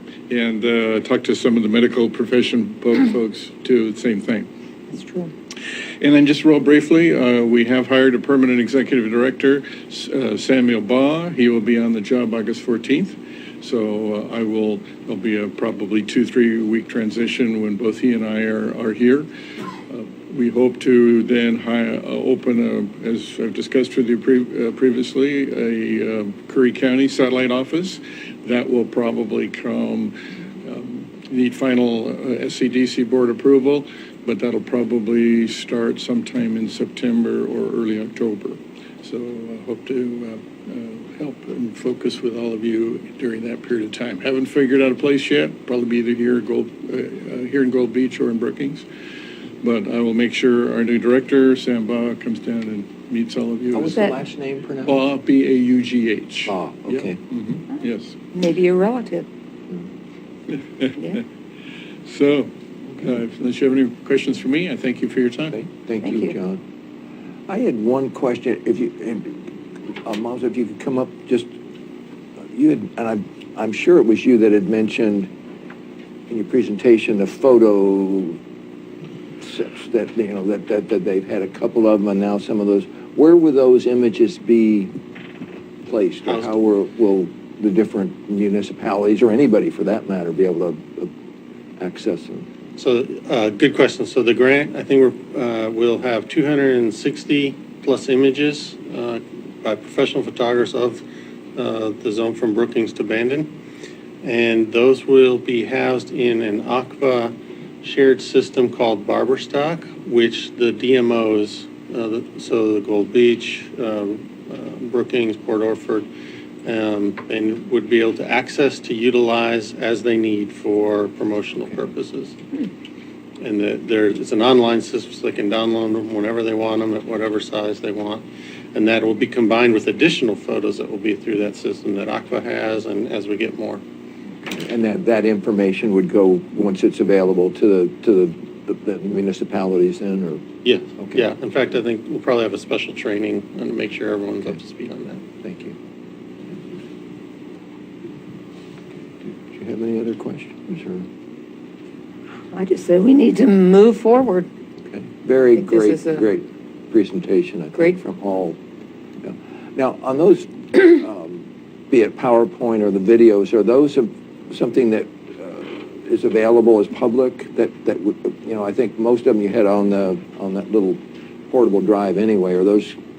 May we use those? I think we may even have seen some of those on the breaks in that they're, especially the one I think first one on the breaks that we have in our, oh, no, okay, saying no, different one. Okay, I thought I saw some of the same people in some of those videos. Online. Okay. To view at any time. Okay.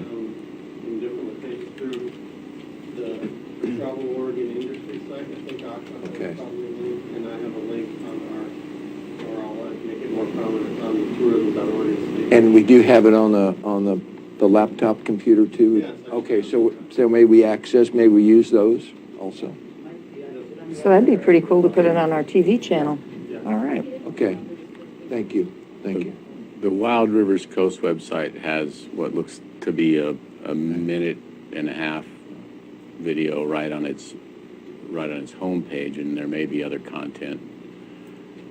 Because we use on the recesses and so forth, on the meetings, they place different things from ODOT and whatever, and those might be, or clips from those might be very applicable also, to use. Okay, okay, thank you. There's also some grant applications in the works to do another bicycling video and some guide videos. Okay. So I think, again, we'll thank all of the presenters Great job. on that. Great job. Very, very appreciated. And I think then we'll move to the second item, which is not related whatsoever to tourism. You've mentioned, Dave, some boring stuff. This is really boring. Okay. So. They're really going to want to hang around, yeah. right? You don't have to sit around through this. Yeah, why don't we take Yep. Yeah, I think, let's say a 9-minute, come back, it's 11:16, let's come back at 11:25, we'll just take a little break, and then that'll let John get set up for the next boring. Thank you. Presentation, thanks, Dave, good to see you.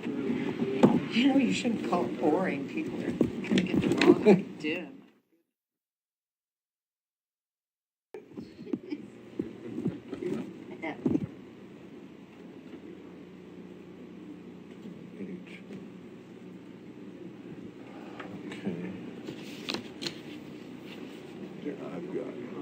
I have copies too, or that I made. Oh. Scrivener? No. No.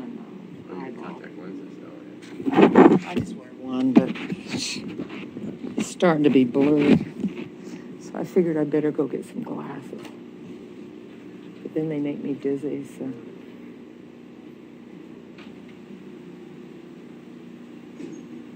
That guy from Bandon Dunes is sure a nice gentleman.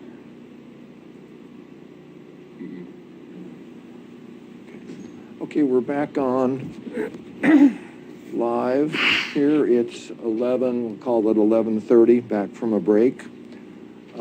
It's, again, Wednesday, July 26, 2017. This is a board commissioner workshop. The second item on the workshop is meeting minutes. Is this And- our samples? Pardon me? Our samples. Yes. Correct. So, John, Jesu, do you want to? It's okay if I stay here? Well, why don't you, I think why don't you go ahead up to the podium and. I'm going to suggest maybe we use the, what I call the Elmo, or somehow project these onto the large screen. Either the Elmo or if you have the files, it would be cleaner. They're in the packet that was put out for this meeting. Okay, well, Can we access the packet Sure. on that? Yeah, It we would wouldn't just be want, we wouldn't cleaner want the because of audience to number miss this of excitement. pages, it would be much cleaner if we want to put those up. I got the mouse right here. Maybe you can. Let's see, 7 pages, 10 pages, and 19 pages, okay. Yeah, let's see here. You'd probably need a little help, but sort of watch what he's doing here, John, as far as, okay? Oh, we might not use the Elmo. I think but does that? this is, but don't go away, Charles. This is he's got a PDF on the actual hard drive, so it would be cleaner for. put it in there. Pardon me? I don't have it on the thumb drive. Well, you have a thumb drive, right? We just need to go get one. I'll go get one. Yeah, that would be the cleanest because you have so many pages versus to put them on the Elmo. So, but the PDFs are not on here. Right, so you can take them from that computer, put them on that. And then put them in, the lap. This computer. Or yours, whichever. Well- Whatever you're comfortable with. Sure, we'll see in a little bit. All right, thank you. Okay. Glad we got some techies. I don't know what you're talking about. Basically, what has been done here and what we'll be showing here shortly is the board was looking at the format that we want to choose for minutes of the Board of Commissioner meetings, be it a workshop, but primarily the general meetings. And John Jesuit, who does the minutes, had chosen, I think randomly, but had chosen one general meeting, and it will be April 5th, 2017. And he did a long version, which was approximately, this was a 7 or so hour meeting, so. 19 pages. That was approximately 18 pages. He did another version, a shortened version, that was approximately 10 pages, and then a shorter version that was 7 pages, I believe. So this is just going to be to review. All of these are on the packet for the workshop for today, so they're all online on the county website. And we'll be just going through what's going to work best to create an acceptable written permanent document. And that's the key here, is that written minutes are, per the Secretary of State Archive Division Director, permanent, and a requirement of ultimately requirement of meeting minutes. So as soon as John Jesuit gets those on a little thumb drive, he'll put them on the laptop computer here so we can project them on the screen. So as he goes through, he can explain it. County Council, you have any comments you want to add before?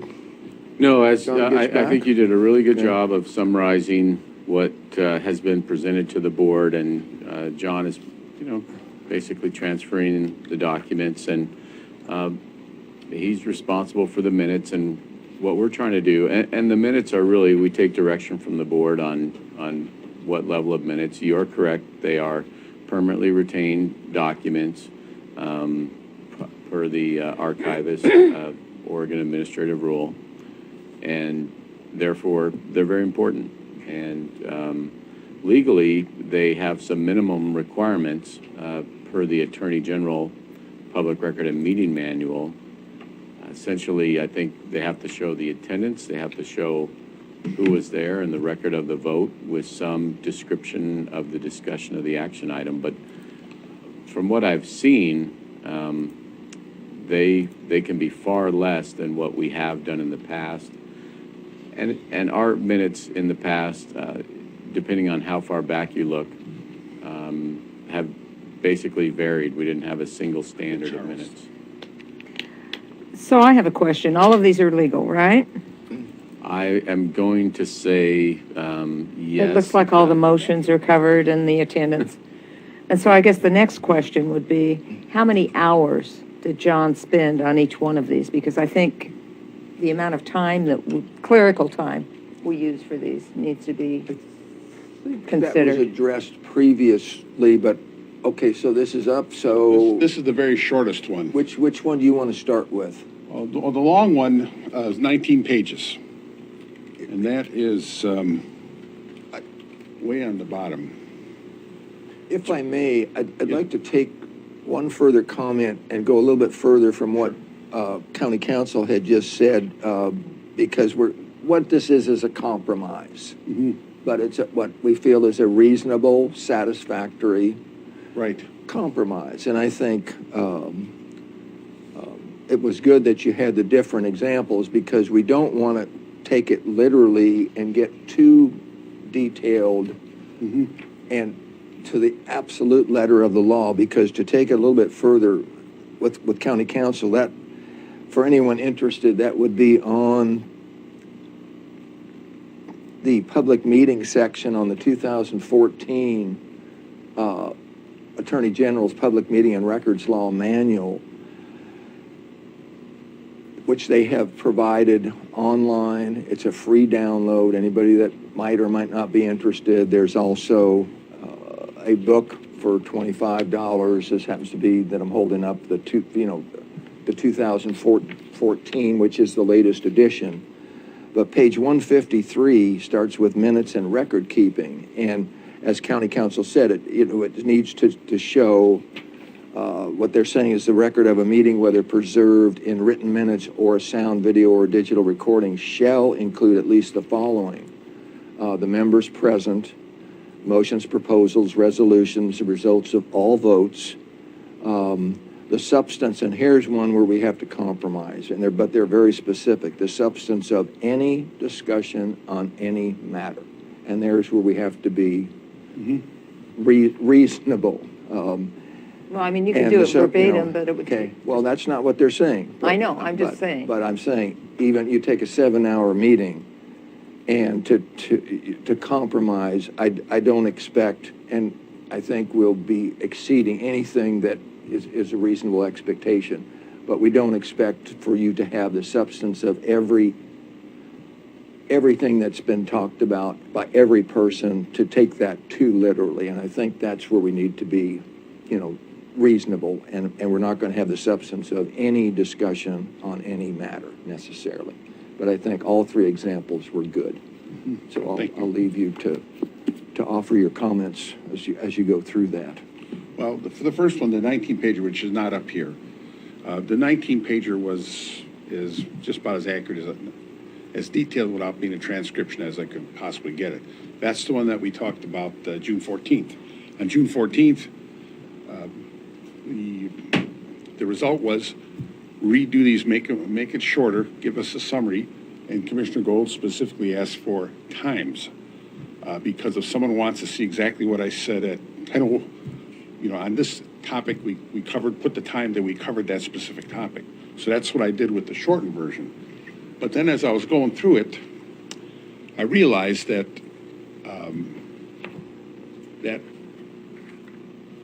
the heart of it was County Accountant Kallstrom. She had a document that she had up here, and I'm copying and paste that I had too. I'm copying and pasting. Her point number 1 was pasted onto the minutes, and then I thought, well, that's on the one that's the shortened version does not have that. I'm sorry, the more shortened version does not have that. The shortened version has that kind of. I'll show you what I'm. Like recommendation 2, we already, Ms. Kallstrom gave that to us in a sheet of paper. So the more shortened version has this eliminated recommendation. So this is what increases the length of the shortened version. The more shortened version does not have this. If I could ask a question, it sounded like what you said is you cut and paste, so that in the gray box there, is that a cut and paste from a document that Louise Kallstrom submitted to the, okay. So maybe a really good thing, and I think it's great when people present you documents, you could say, look at item whatever and have that document available. Right. So then, if that's the case, and in the minutes are paper form, then those documents will be stapled to the back of the paper? They can be. They actually talk about documents in the public record of meeting law. What it says is the minutes have to have a reference to any document discussed at the meeting. So you could say, for instance, here,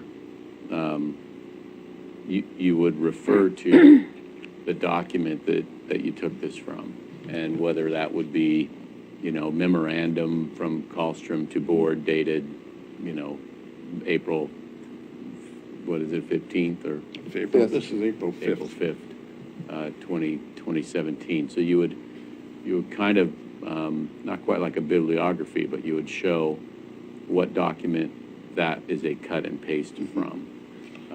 But still cut and paste from that document, or just say reference that document?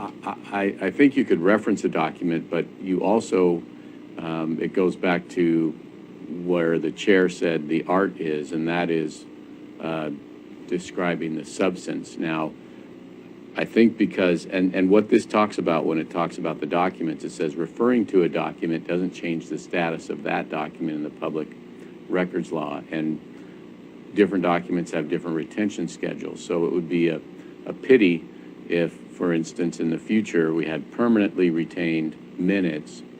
We did not, and we referred to a document that was not permanently retained. So if someone's reading the minutes, they go, oh, I'm going to go find that document, and it's gone. That's where I like what you've done here. I agree. What you've done here, taking the important substance from the document, putting it in the minutes for permanent retention. But then the only thing I would suggest adding to this would be a reference to the document that you're taking it from. Okay. Which seems to be a requirement of the statute. And then also, if that document's around, someone could find it. But if not, you've shown your source of where this block quote comes from. And we'll know, okay, in a memo she presented, they had that, and that's the verbatim. So, but so when you said the shortest version does not have this language in it, This is not in the shortest version. is there some description of what option 2 or recommendation 2 was? So I would think that the shortest version, if it doesn't contain a description of the option, I think people could argue that we're not catching the substance. I mean, in general, you could, so that's where I think that's the compromise the chair was talking about. So And I agree with county council. I discounted or basically eliminated your shortest version for that and a couple, 3 other reasons. I just didn't think it was enough.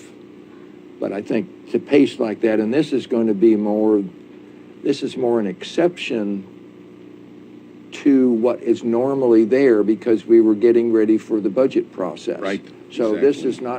this is not going to be typical of Right.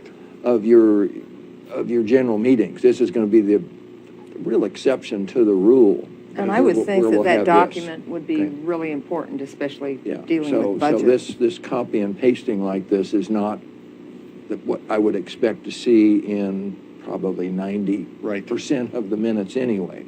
So I like the way you did it here Thank you. Well, in this version, and definitely like the times that you added. thanks, Commissioner Gold. And that came up, I think, after review of the first Well, and I set of think that would minutes, help the because, chair well, not having to it will keep track help of every anybody, time. because anyone that's really interested can go and Go to the video. go to the video, and very quickly, because it's this video on demand, so that you can drag that anywhere you want be it a 1-hour meeting or a 5-hour meeting, and get there quickly. And it can make getting there possible, where without that, it's effectively not possible. I have a question about the times. They're spoken of at 10:07 a.m. Now, is that at minute 7 on the tape based on the meeting starting at 10 o'clock? And so you're saying it's at 10:07 a.m. or does when you're looking at how are you able to derive? Because if the meeting so 11 a.m. would be hour 1 on the timer. Correct. And then, So if something showed up at hour 1 on the timer, you would put 11 a.m. right. Okay.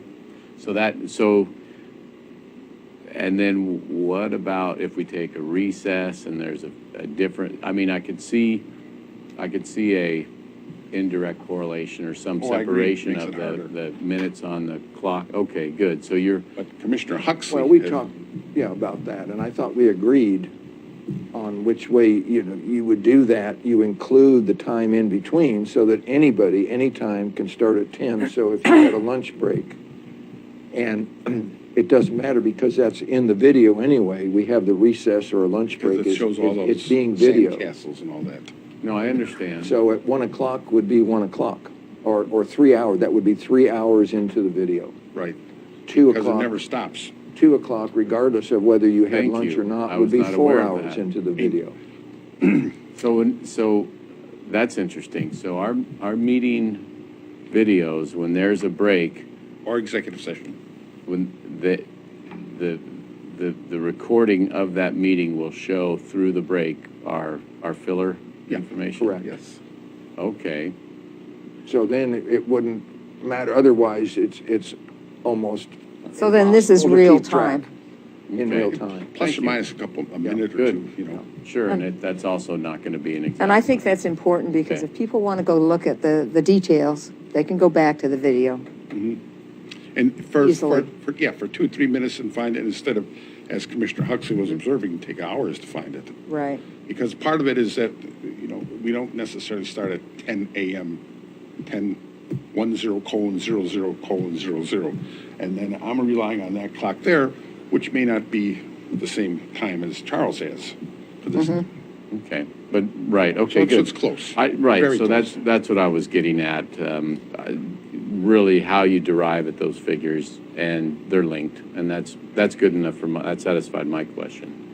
I did have, John, and this is on the shortened version, so this is the middle of the road. On page 4, I circled 3 times because I questioned those. And this, assuming that we would ultimately go with this version. I questioned 1134, 1136, and 1150. If you would just check that, I think that actually occurred. Well, that's, right, I don't, After. When we move things around, Yeah.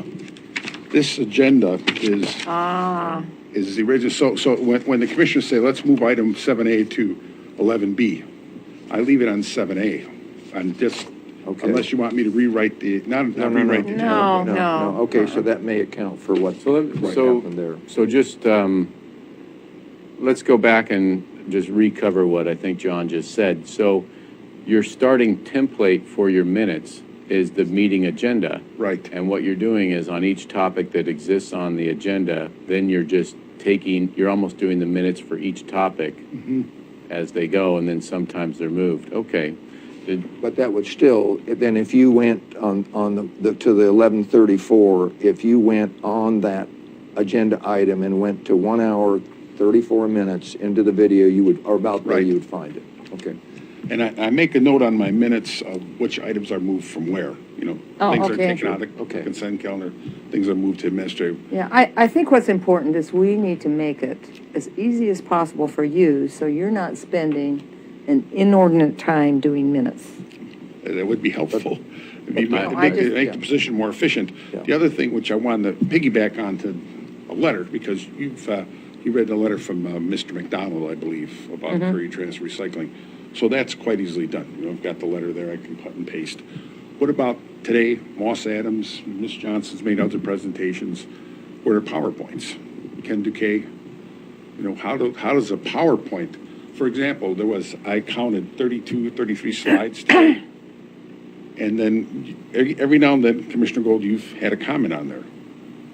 And then they would, not very many, but then That's good. the speaker here would address your comment.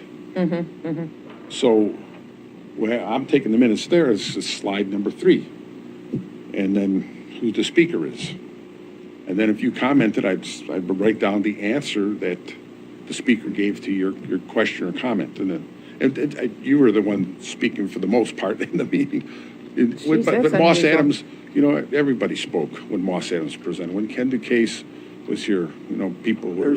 There is the subjective, the point where, again, we can't take it totally literally. Otherwise, we'd never, But how do I put the slide? And quite frankly, I don't think every comment I ever make is important. So. I would like to offer a suggestion. So a PowerPoint as a document, and I think just as similar, but it's going to be slightly different because it's not a text document, similar to what you did with the cut and paste from Louise Kallstrom's recommendation number 2. I think what you could do is if you had the time, and I think if you say, I'm trying to remember what these folks would call Oregon Coast, Alliance or something like Coast that. Visions Association. Wild Rivers Coast Okay. Alliance. Wild Rivers Coast Alliance, something along those lines. So you could say, whoever the 3 different people were, and it was clarified for me that Mr. Miles Phillips was technically, he was with Oregon State University Extension. So we actually saw 2 presenters and two sets of slides. Right. So I think, identifying who they are per the title, what time they showed up, and then again, the statute says you refer to a document. I think a legal definition of a document can also include an electronic form of a document. You can certainly print out a PowerPoint. They have those. But I think if you just talk about, here's the document, here was the subject matter, he said this, Commissioner Gold asked that, the answer was this. Well, today was very few questions, but I remember when Mr. Decay was here with CCH, there were probably 4 or 5 questions, comments, answers with almost every slide of his presentation. So it was pretty. So the cut and paste would be the slide right up here, but then there's 4 or 5 comments about that particular slide, and then there's the next slide, and so. And you could have 5 different people would have 5 different comments or responses. My response would be, don't take it too literally there, that you could say something to the effect that there were 5 general comments from the slide, on the slide, and leave it at that, versus take 2 pages or a page to go into the detail on those 5 comments. And not only that, there was no action taken, so. And you're still referencing the source document. Right. Okay, so that would be my suggestion. Right. As a compromise. Sure. A reasonable compromise. Yep. I think if any of the commissioners in their comments indicate support or not, in other words, what is someone looking at this going to want to know? Because from the end user of some of these, sometimes our decisions will be reviewed by maybe a court or a land use board of appeals or something like that. And if you look in the minutes, and sometimes you can derive what was the intention of the action, because sometimes there's even an argument over, well, what did they intend this, or did they intend that? And a lot of times, just when you vote, you don't get into some of the subcontext. So sometimes in some of the comments where it's like, I'm doing this because, or I feel this way because, I think if there can be a general description, like a general description could be Commissioner X disagrees with the presentation, or Because. and then put the because in there. Right, so supporting the request, I'm looking at these sample minutes. There is a request to make this is about crabbing. There was a request to make a certain area off limits. Supporting the request was someone from the commercial crabbing industry. He testified that the extended take of sports fishermen was decreasing the potential of the commercial take. And he said it was excellent breeding ground. And then opposing the request were marina operator and a representative of the Chamber of Commerce. They disputed that. So, and so it basically said who was there, what they spoke for, who was against, what they said and why. And then it said the commission considered a written report prepared by the Department of Environmental Quality titled "The Effects of Sports Crabbing on Crab Populations." And then it just said, a commissioner moved that Mr. Franklin investigate the claim and get back to the commission. And that was mainly it. So I have a feeling that probably took longer than those 2 paragraphs, but in one paragraph, they said who was there, speaking for, what they said, On the other, it said who was against, what they said a little bit, and then basically that they really just said they disputed his testimony. And then there was an independent report from the DEQ about the subject, and then the commissioners wanted more information from staff. So that's really... That's what I used to model the shortened version. Good, okay. And then the more shortened version was my idea. Sure. Okay. Well, that's, so if that helped, John, and the other part about this is you'll be preparing them.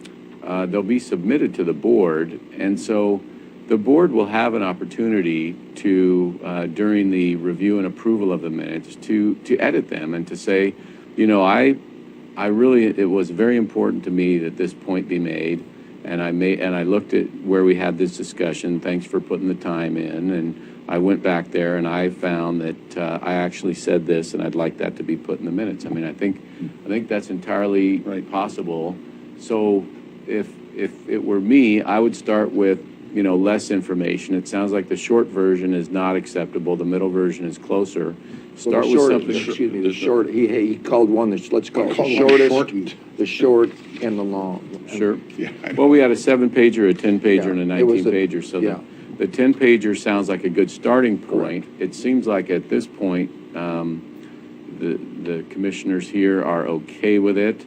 And then if there's anything in particular that any particular commissioner wants to include in the minutes, that's through the review process. And if I could talk a little bit about the review process, it was established before I got here. Draft minutes were placed in a folder called To Be Reviewed. And the idea was each commissioner then would go in and make comments of what they'd prefer to see, and then those would be incorporated into the final version that would go on to a minutes.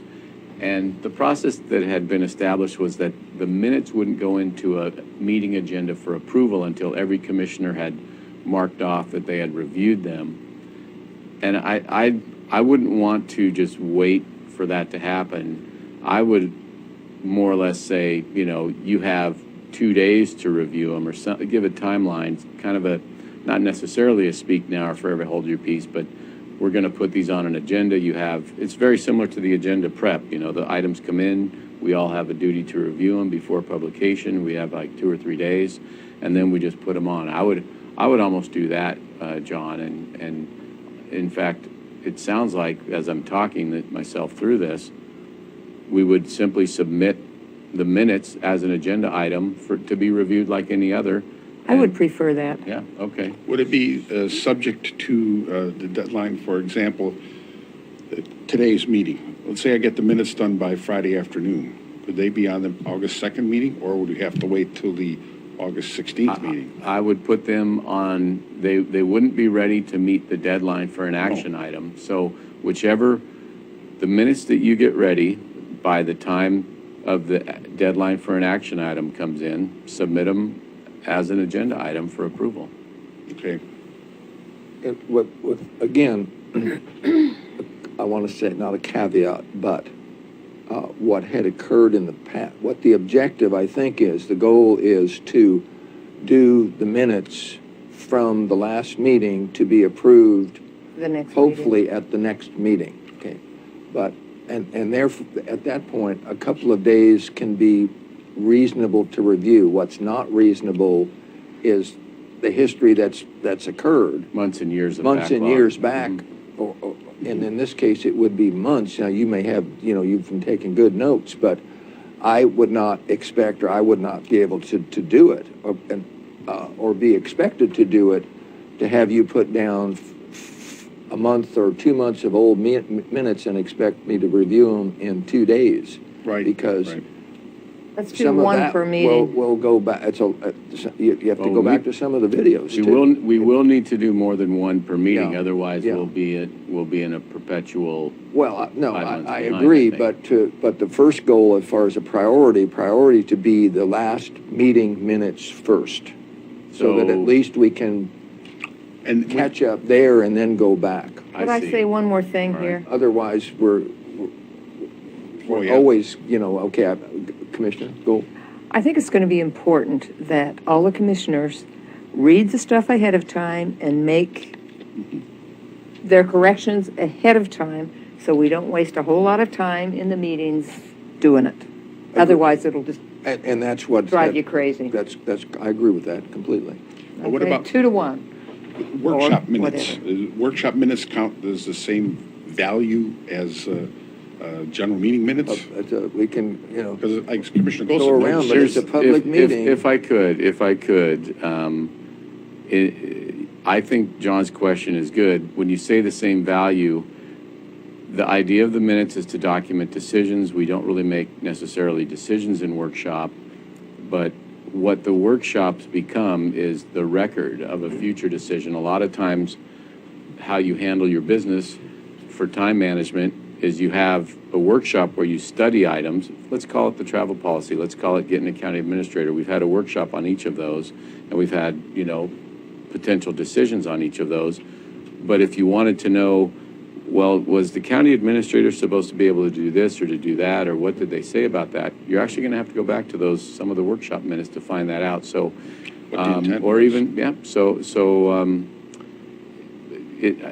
but I'll be honest with you. I think a workshop on a county administrator is a little bit more important than the workshop we had today as far as minutes goes. So to talk about, we had a very general discussion there. We didn't have any anticipated future action. It was not. I didn't perceive any particular contention or so. I think, John, if you're getting the gist there and the drift that you're in these meetings, you should be not necessarily taking the temperature of the room, but you should be able to get a good feel, and that's kind of we're relying on your professionalism to kind of help us when doing the minutes. I think We have to. Yeah, has to be that way. Well, basically, you got to, if you could boil it So down. I kind of have a question here, because I like things to run smoothly. Could we, or do we need to have a policy stating that commissioners need to read these ahead of time and make corrections ahead of time? I don't know if you need a policy for that, but essentially, by just including the minutes as a normal action item on your normal agendas. Consent calendar, which is where they've typically been. I think, so here's what I'd suggest, and here's how I think it should work, because this is what I do when I review the agenda items, and I review all the AGRSs. At least that's my goal. Sometimes I don't, but there's items on the AGRSs, for instance, the legal impact. I'm supposed to be reviewing that and filling out, saying yes, no, what have you. If there's an order that is missing some language, I'll tell Brenda, hey, let's fix this. If there's an agreement that has some elements gone, or an ordinance or something, I'll work on getting it fixed between the time of submittal and publication, and then we have it in the agenda to act on. So I think the commissioners, you have the ability to look at these minutes and suggest changes between the time of submittal and publication. That's just normal, like any other item. To make a special rule for minutes, I don't think we need it.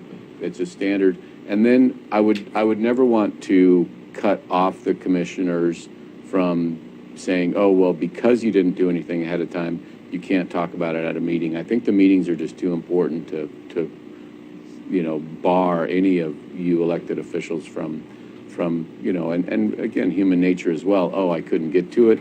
I forgot. I missed this when I was looking at it. I looked at it since. I mean, there's so many different ways to catch mistakes, and even your own mistakes or misses, that I wouldn't want to make a hard rule Mistakes? like that. I meant you. I didn't mean you personally. That was you in the I'm abstract. kidding. Your own.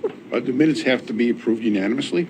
No, sir. No, they just have to be approved like any normal item. So your point there was to where to play, where then. I would prefer they be on the consent calendar. Okay. But the way but Commissioner Gold was saying, then should we have a requirement that they be looked at beforehand? And it's like, we sort of have that requirement on every item. You all are able to look at these things before they get published. So I'm just proposing we handle minutes the same as anything else. Yeah. But, the default place for them will be the consent calendar. The idea being that prior to publication, you all have had some time to look at them. And again, like we just discussed, some topics, let's say, for instance, we present the minutes on the budget hearing or something like that. My hunch is those either, we can start those on the consent calendar, but, I don't know that every minutes would go on the consent calendar if we anticipate there will be some discussion on them. So it's just going to be a judgment call again on John and mine's part when we're putting the agenda together. The default, we will try to put them on the consent calendar as much as possible. And I think I'm going to give you another good example that would go right into what was just said there as far as where something might go, okay? We had, again, the shortest version, a short version, and a longer version. We're pretty much in agreement. We'll go with the short version, the one in the middle. But now let me give you an example of where I would want, on a particular one, more information. And I think, based on what you did on the longer version, this is where we get back to this discretion, okay, and judgment. And it needs to be, I think, for the most part, your discretion and judgment. On 7, on this particular one, on item 7. Which you're looking at the 19-pager? I'm looking at the 19-pager, and I'm looking at the shortened version. But more, it's the topic and the subject and what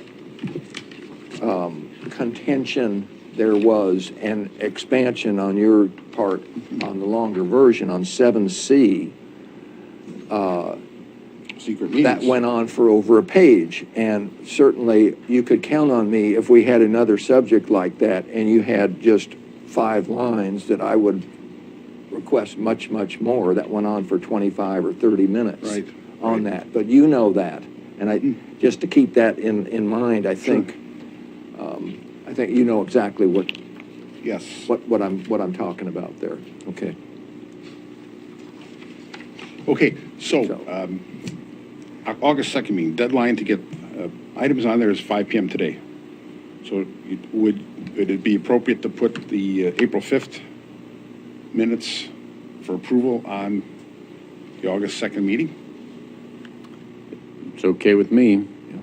Yeah, we got to get started somehow or sometime. Yeah, and if you're able to do another set, I'd say do another set as well. I would ask, here, but I would certainly request at the actual meeting to have more of the expansion that you had on the long version on that versus the short, and you can count on that. The first meeting I took minutes at was March 29th. So I think, John, what I just heard is we'd like to use the short version or the 10-page version, but use as much as you can from the 19-page version on item 7C. Okay. Secret meeting discussion. Correct, and I think if that were to come up again, I would hope that, I wouldn't expect to have to say anything. I'd expect that you would know. It's going to your judgment of, where the commissioners have an item that's important to them, maybe expand a little bit on that or be more inclusive than not. And, I have a question for the chair and the board. It goes to the naming protocols. For instance, as I look through these and you have everyone called out in bold, which is very helpful to me, but there's been some discussion of naming protocols in the past. For instance, the first time someone's name comes up in a meeting and when you're making the minutes, the first time you say, okay, county council huddle, but then after that you could just go huddle, and if people want to know who that guy is, they can go back and look. Could it save you time? I say go for it. You see where I'm going with that? Problem with that. Okay.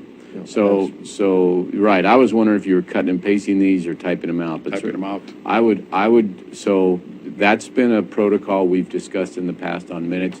The first time, so instead of calling Louise Kallstrom, County Accountant Kallstrom every time, once you've identified who they are and their title in the first instance, you can just, use the last name at that point. That would save you quite a bit of time, wouldn't it? Yeah, it would. I had one other, I guess it would be a request, suggestion/request. At the beginning of all of the minutes, you had, say, support staff present, and it's typically 3 or 4 people, you know. Many times we'll have the audience with a lot of staff members. You know, I would like to throw out the possibility of including the staff I members. include Ms. Kallstrom on this one President. because she was Yeah. speaking. But many of them, you know, will come up Right. at some point in time, but to identify, and occasionally they do, which I think is nice, they'll do a quick Zoom of the audience. They don't focus on it, but they just do a quick Zoom, but I would like to see. Well, a good example Some of the would be staff July members. 19th with Assessor Colin. Pardon me? July 19th with Assessor Colin, because someone said the Board of Commissioners could use your presence, and then you observe, here comes the assessor right now. So getting back to the point, and again, you've got the bold on the names, but if you look at these in the very beginning, you describe, you know, Chair Thomas Huxley, Vice Chair Sue Gold, Commissioner Court Boyce, County Council Huddle. What you might be able to do if just one time real quick, just say, so there you've identified who everyone is, and then you could just, you could either say Chair or Huxley, in my opinion, and then you could say Council or Huddle. I think Gold is shorter than Vice Chair, so I think you've identified who everyone is up there. I think that would help, that would save you, I think, a lot of time. Whatever it takes to save you time. But if again, we had, 4 elected officials in the audience, I would like to see them identified as support staff or whatever you want to call them. Well, and that would be up in the, Exact, just at the top. I think there's nothing wrong with that. I have a suggestion as well, Mr. Chair, because this is kind of a group effort here. But, you do a good job at the beginning of every meeting. On my left is County Council Huddle, Vice Chair Commissioner Gold. I'm Chair Tom Huxley. We have Commissioner Boyce and John Jesuit. If you see staff or other elected officials in the audience, you might say, in the audience, we have We could do that. We could just And start that way- doing that. well, that and would then help. It makes it easier for John. Yep. Yeah, good point. Good So point. he has a second source besides Yep. just his memory Yep. of being able to do that. Yeah, Well, that's good been job, very good helpful. job. John, do you need any other direction at all on this? No, I am, No, Okay. good job. just to reconfirm, so first meeting I took minutes, that was March 29th, so March 29th, and then like the target is 2 minutes, 2 meeting minutes Until we get, per meeting, till we get caught up. starting with March Yeah. 29th. And these ones, of course, since they're April 5th, and we've looked at them a couple times now, makes sense to put in there as well. Okay. Okay. We get 3 the first time. Yes. Good job. Okay. Good job. Thank you, John. That's all we had on that topic then. Before, I'll just make a quick comment here that I should have done at the beginning of the meeting. There was a signage here, but the Curry County Fair opens today at 10 a.m., so it is open, and that there's a parade Saturday, this coming Saturday at 11 a.m., and that was on the notice. And I did see a hand, Lauren, did you? Yes, I think JJ's salary should be doubled. On a serious note, I just want to be identified as here today and to formalize my application for the housing authority. Okay. And we've been, And John. you're gonna contribute to the doubling? Was that, did I hear that? I'll get you in right now. All right. Thank you. So, and just kind of a follow-up, and we had a comment from Mr. Paulson in the audience, not sure if it got picked up, but he talked about raising or doubling John Jesuit's salary, but also that he's formally applying to be on the Housing Authority. And John Jesuit and myself are working with the director and that organization on that process. So that's in the works. Okay. So where's the money coming from the? Oh, no, I didn't mean that process. That was, I felt, something that Well, we're would getting take his bank future board account, but we action. don't want Yeah, to, say that on the record. but no, the process of getting appointees to the Housing Authority. That's what we're working on. John and I are not working on doubling his salary. Oh. Yeah, that would take board direction. And you can't give direction at a work session. No, we can't. So with that said, we will adjourn this workshop. It's 12:15. Thank you for coming. 16.